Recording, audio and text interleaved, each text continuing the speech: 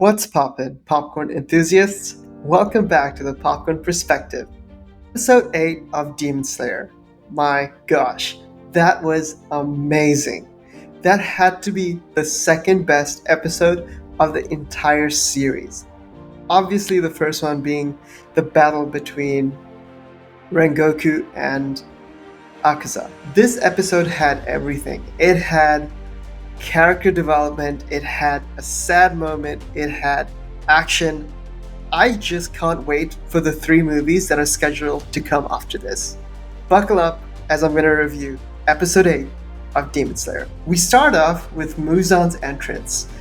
Now, in the previous episode, we did see Muzan coming into the Ubuyashiki compound, but this time the music was different, the feel was different, and this whole slow-mo of him walking in just took it up a whole other level, and I loved it.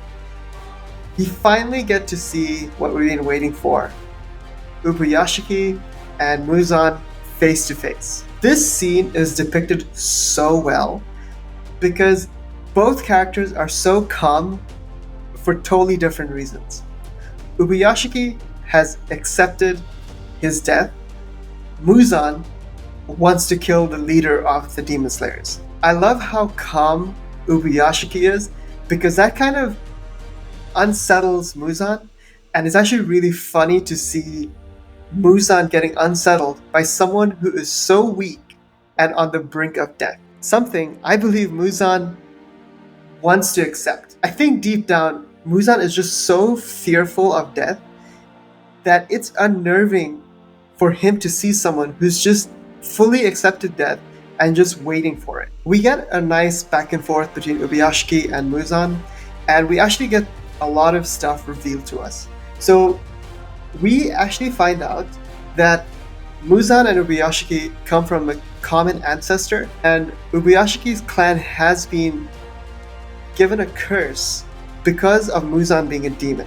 And apparently none of the family members of Ubuyashiki get to live past the age of 30, which is insane. But that's why he's dedicated his entire life to putting an end to this and cleansing his clan's name. It's a really creepy scene, and I'm not sure why it's there, but Ubuyashiki's children are just playing in the courtyard, and it's so unnerving and so weird that I'm actually really interested to see what that all was for. I do hope we get a little bit of a resolution. It's not entirely clear on why the children were there, with Ubuyashiki knowing that Muzan was going to come. We finally get to a point where Ubuyashiki thanks Muzan for giving him the time to explain everything, and Muzan is going for the kill. And there is this incredible scene of everything around them just exploding. The animation here is probably the best I've seen in any anime ever.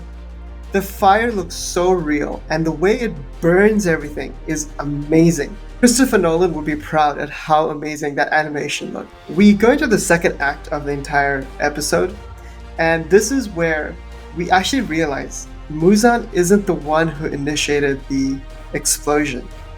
It's actually Ubuyashiki. He wanted to go out on his own terms and weaken Muzan in the process, and I love that about him. Muzan even acknowledges how coy Ubuyashiki was, how he kept his murderous intent completely hidden from him. We see Muzan quickly recovering. Obviously, he's a demon. We actually see him get caught by this new blood demon art, and it's referred to as a thorn blood demon. What's really cool about this is when Tanjiro first met Muzan in the big city, Muzan, as a distraction, converts a random human into a demon just to put Tanjiro off his scent, and that's when we see Lady Tamayo come and save this guy. Apparently, that is the blood demon art that Lady Tamayo was able to use against Muzan. And I just like how everything is slowly circling back. It really does feel like it's the end game now. where everything is being set up to pay off, and I'm really enjoying how they're really tying off a lot of the throwaway things that may have happened earlier. So yeah, we do see Muzan getting caught in the Thornblood Demon, and we do realize that Lady Tamayo is the one who initiated this. She is trying to get Muzan to use his ability to absorb any demon art. So when he's doing this, she actually puts her hand in his chest and she releases something that Muzan doesn't realize until it's too late. Apparently, it is an antidote that converts demons into humans. Obviously, that doesn't happen, but we will see in the next 3 movies that are planned to see if that actually weakened him or if this was just a sacrifice that Lady Tamayo did for no reason. Anyways, while this entire interaction is happening, Guillaume comes charging in and he knocks Muzan's head clean off. I was like, shit, are we done? Obviously we're not. But it was really interesting to see this scene because you realize that Ubuyashiki had this entire thing planned out. He laid out a trap for Muzan, even though Muzan thought he was gonna go kill Ubuyashiki. We realized that Guillaume was the only Hashira included into this because he was the most trusted Hashira, also the most capable and the most strongest. So Ubuyashiki thought if he was able to get Guillaume to come and just battle Muzan till the sun comes up, then Muzan would finally die. Really interesting plan. He also included Lady Tamayo to try and weaken Muzan.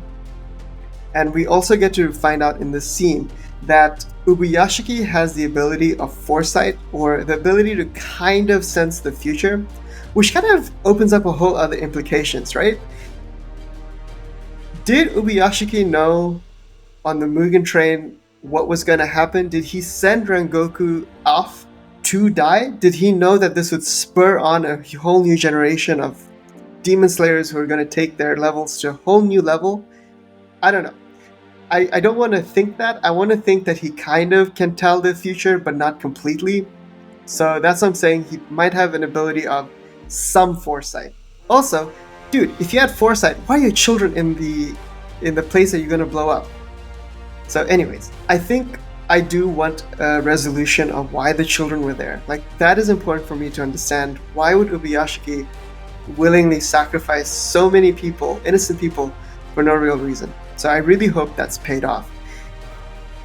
Coming down to Guillaume and his ability to fight demons at a totally different level, we do see that this was supposed to be a battle that was gonna last a little longer. While this is happening, we see all the other Hashira seeing this explosion, coming towards where they anticipate Ubuyashiki or Muzan or whoever to be. And they finally get there. This is their first time seeing Muzan. Tanjiro has already seen Muzan, so he just goes like crazy, wanting to kill Muzan. And they all rush in, and it's a really cool scene, only for Muzan to pull an ace off his sleeve, and everyone falls into the Infinity Castle. So that is where we're going to end off the Infinite Castle arc, and I'm really interested to see how this all concludes. We see so many cool things. We see all Demon Slayers, not just the Hashira, falling into the castle. We see Zenitsu, finally awakened Zenitsu, taking things seriously. I'm so excited for that. And we see the best character ever, Inosuke. So Inosuke is the only character who starts falling and he's just like ecstatic about it. There's something about Inosuke's character that I absolutely love. And finally we get the scene, Tanjiro yelling out at Muzan, wanting that battle. What do you guys think? I haven't read the manga. I'm super psyched. I want to see how this all concludes. My guess is we're probably going to get a few deaths. It's going to suck. Demon Slayer has taught me no one is safe. So who do you guys think is going to die? Who do you think is the first person to probably fall? If I was a guessing man, and this kind of sucks because I love him, It's probably going to be Guillaume, right? I mean, he is the strongest. He's going to take more responsibility. He's going to try and protect all the Hashira and all the Demon Slayers. So that's kind of where my money is. He's probably going to be the first one to fall. This episode was a roller coaster, and I am so hyped for the next 3 movies that they plan on coming out. I'm going to be there opening day, and I can't wait to see it. I know you guys can't wait to see it. I'm going to leave you guys with this. What do you guys think? Did you think this was the second best episode of the entire series? Am I overhyping it? Maybe. Did the Ubuyashiki reveal surprise anyone? I was not expecting him to just sacrifice himself and his entire family to weaken Muzan. Let me know any extra thoughts that you had, things that I missed. Definitely add in the comments. Please like, subscribe. Catch you guys later. Peace.